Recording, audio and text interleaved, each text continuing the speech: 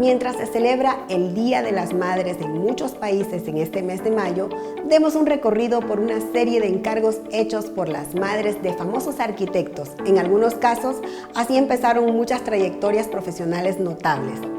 ¡Feliz Día de las Madres!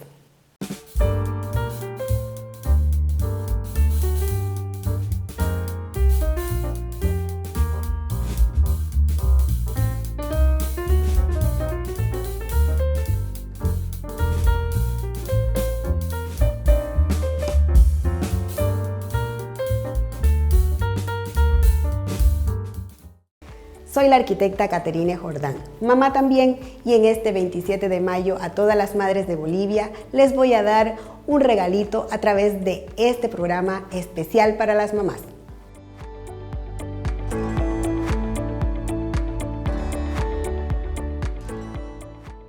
Se suele decir en arquitectura que nunca hay que trabajar para la familia.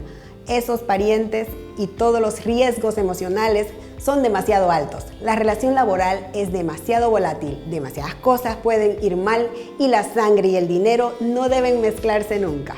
Sin embargo, esa advertencia aparenta haber sido ignorada una y otra vez a través de la historia, edificando unas viviendas especiales que fueron hechas en los primeros diseños por estos arquitectos famosos para su propia madre en este caso. En especial, las mamás han sido históricamente las primeras clientas notables, listas para asumir los riesgos, aceptar la innovación e incluso defender estilos novedosos y atrevidos de sus queridos bebés. Aquí están algunas de las residencias más notables diseñadas para madres en todo el mundo. Casa Rose Sadler en Sydney en 1950. La polémica casa que lanzó la arquitectura moderna en Australia fue el encargo que hizo que Harry Sadler, un arquitecto joven austriaco con carrera en Harvard y una carrera profesional incipiente en Nueva York, se trasladó hasta Australia, donde el resto de su familia había emigrado después de la Segunda Guerra Mundial. Es imposible exagerar la importancia de esta casa que sigue llevando el nombre de la madre de Sadler en la historia de la arquitectura australiana. Con libertad de diseño, Sadler pudo desarrollar una residencia en un estilo completamente Bauhaus. Fue un diseño radical para los barrios residenciales conservadores de Australia. Una casa situada libremente en la mitad de la manzana, con ventanas a partir del suelo hasta el techo, particiones flexibles en lugar de muros típicos y un mural gigante modernista pintado por el mismo Harry. Los constructores no estaban preparados para levantar una vivienda así. La junta local intentó buscar un tecnicismo para retirar el permiso de la construcción, y una vez construida, la gente hacía cola los fines de semana para verla. Literal, lo que dice Harry. Mi madre tenía que dejar la residencia algunas veces los fines de semana por el hecho de que estaban de pie junto a las ventanas, ¿sabes?, intentando ver este genio sorprendente. La casa fue premiada con la medalla Sulman en 1951 y está considerada como el primer edificio destacado modernista en Australia, lanzando 1000 casas con tejado plano y estableciendo la modulación de la vanguardia australiana con mucho aire y cristal a través de lo que nunca antes se había hecho. Aunque fuese una clienta generosa y tolerante, Rose Sadler se plantó cuando llegó los muebles. Completamente modernista, el arquitecto insistió en que la mayoría de los muebles del estilo vienés no eran apropiados para una casa como la que había diseñado, y reemplazó toda una colección de objetos y comprados todos en Nueva York. Rosa, destacadamente, insistió en mantener sus piezas preferidas, incluyendo un juego de té y otro de cubertería, ambos ornamentados, que expuso de forma orgullosa en la recámara de Harry y que tuvo que diseñar bajo sus especificaciones. La vivienda y taller de Robert y Rosalie Watway en Nueva York en 1966. Él tenía apenas 23 años cuando se recibió de arquitecto y aún no era un arquitecto calificado cuando construyó esta pequeña residencia para los padres como una residencia taller, construida por solo $35,000 y diseñada con las estrictas proporciones propuestas por la de Le Corbusier. Era notoriamente diferente de la arquitectura de los pueblos cercanos, como graneros y cabañas con tejas, muy populares entre los artistas que mudaban en Hampton, con un diseño de formas primarias, tubos, triángulos y una organización vertical que la hizo parecer una casa adosada. Fue un objeto pequeño, espartano y geométrico, como solo puede poseer una estructura modernista. Además de esto, fue influyente, pues un crítico de la arquitectura afirmó que era más contundente que cualquier otra cosa en los Hamptons. Se transformó en un ícono, atrayendo a peregrinos del diseño, aparte de copiones, unos años más tarde. Cuando ellos hacían su examen para conseguir su licencia profesional, debió responder una pregunta acerca de esa casa. Esta desencadenó una pequeña revolución en los Hamptons, que se había aburguesado igualmente veloz sin el modernismo, mas fue más perceptible con él. Graneros cubistas como se fueron sustituyendo de manera rápida por mansiones y después mansiones. Tras la muerte de sus padres, el arquitecto se trasladó a la vivienda y el día de hoy está ocupada por su viuda, otra señora guardiana de la arquitectura. La residencia Vanaventuri en la ciudad de Filadelfia en 1964. Esta residencia se conocía como la casa que rompió el modernismo. Aldo Rossi la llamó la edificación que liberó la arquitectura en América y en otras partes.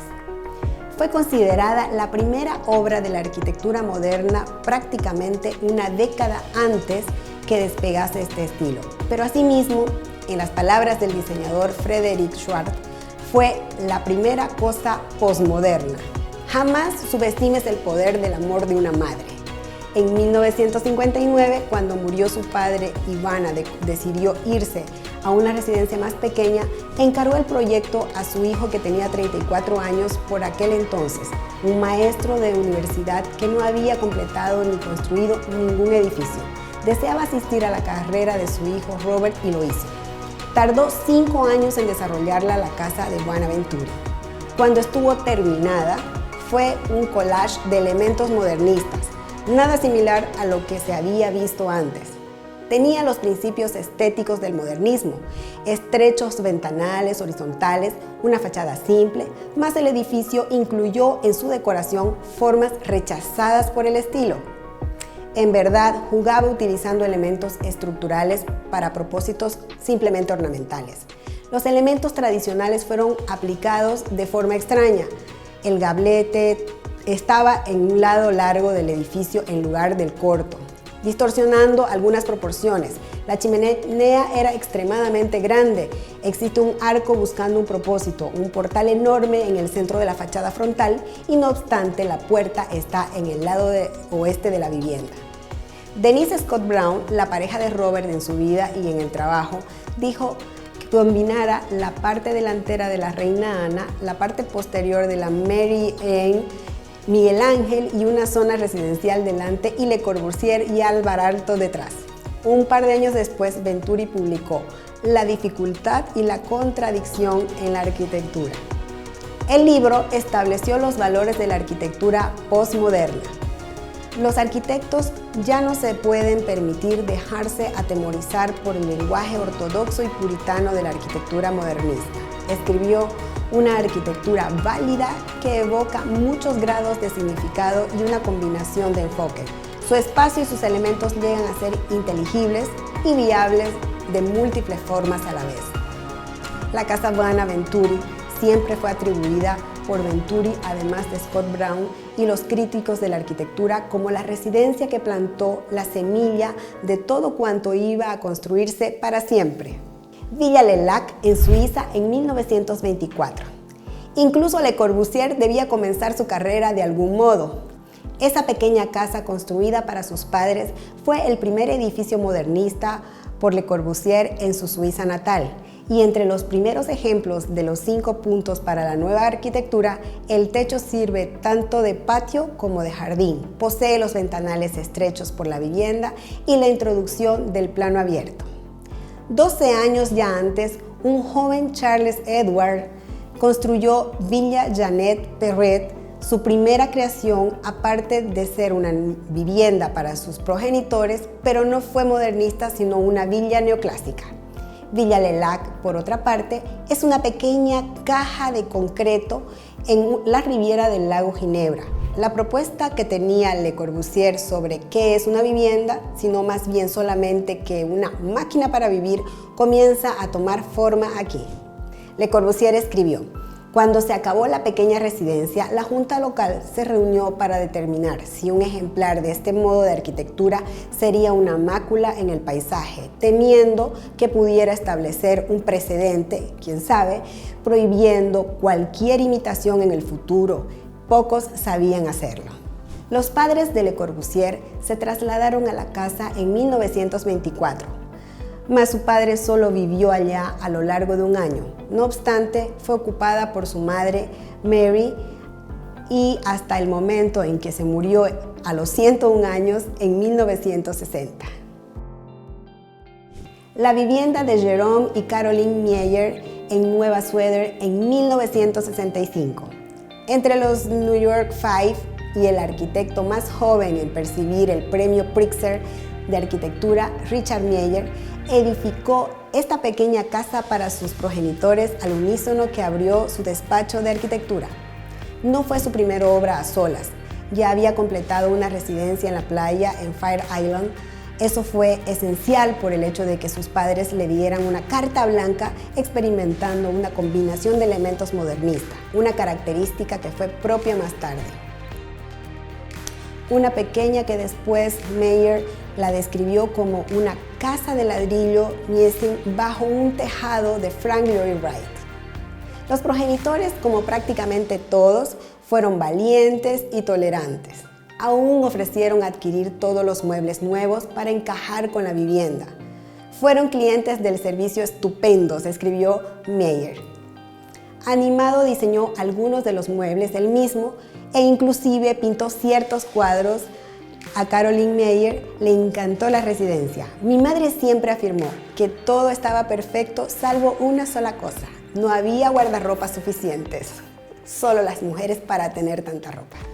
Soy la arquitecta Caterina Jordán y puedo decir que soy todo lo que soy gracias a mi madre, a quien en esta oportunidad por el Día de las Madres y en el mes de mayo que recordamos a todas las madres en muchos países y a nuestra madre María, es que les dedico este programa. Puede ver otros programas similares en mis redes, en Facebook e Instagram, y nos vemos aquí en un próximo programa en Red TV Shop.